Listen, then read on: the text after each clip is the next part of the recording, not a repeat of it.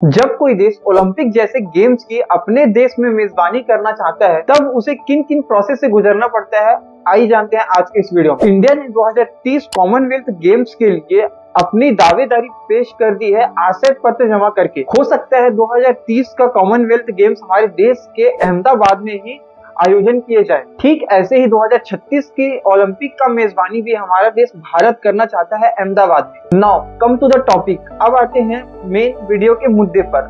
आखिर क्या क्या प्रोसेस से गुजरना पड़ता है जब किसी देश को ओलंपिक जैसे गेम्स की मेजबानी करनी होती है। सबसे पहले जो भी देश ओलंपिक जैसे गेम्स की मेजबानी करना चाहता है, उस देश की ओलंपिक कमेटी को इंटरनेशनल ओलंपिक कमेटी से अपनी जानकारी साझा करनी पड़ती है। उस जानकारी को साझा करने के बाद उस शहर या उस क्षेत्र की बात होती है जहां पे ओलंपिक की मेजबानी करनी है। पहले स्टेप के प्रोसेस के बाद एनओसी यानी कि national Olympic committee international Olympic committee के साथ बराबर चर्चा में बनी रहती है। फिर उसके बाद ओलंपिक प्रोजेक्ट को सही तरीके से लाने के लिए पूरी प्रक्रिया को समझी जाती है। ये सब हो जाने के बाद इंटरनेशनल ओलंपिक कमेटी जिस भी देश में ओलंपिक होना है, उस देश को गेम प्लान डिजाइन करना बताती है और साथ ही साथ ये भी बताती है कि ओलंपिक्स के होस्ट से उस देश या फिर उस शहर के लोगों को क्या क्या फायदा पहुंचाया जा सकता है। ये सब जानकारी भी आईओसी उस देश को देती है। देखिए, ये दो प्रोसेस हो जाने के बाद जिस शहर में ओलंपिक होस्ट होना है, उस शहर का 10 महीने का ऑडिट होता है। इस 10 महीने के ऑडिट में ये देखा जाता है कि उस शहर में भीड़ सहन करने की क्षमता कितना है,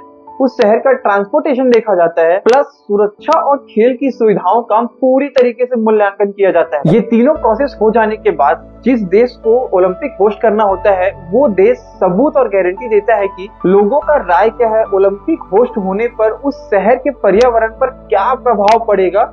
ये सारा चीज का मूल्यांकन आईओसी खुद करता है। ये चारों प्रोसेस करने के बाद अब आता है आखिरी स्टेप। देखिए, जब ओलंपिक के होस्ट के लिए एक से ज्यादा देश दावेदारी पेश करते हैं, तब एग्जीक्यूटिव बोर्ड इलेक्शन का ऐलान करता है, जिसमें मेजबानी की इच्छा रखने वाले देश अपना सारा प्रोजेक्ट पेश करते हैं, जिसे आईओसी मेंबर के साथ साझा किया जाता है। इसके बाद इंटरनेशनल ओलंपिक कमेटी सेशन में फाइनल प्रोजेक्ट दिया जाता है। तब जाके आईओसी मेंबर सीक्रेट बैटल के जरिए वोटिंग करते हैं। फाइनली इस वोटिंग में जो भी देश जीतता है, उस देश के साथ IOC international Olympic committee Olympic host contract sign करता है।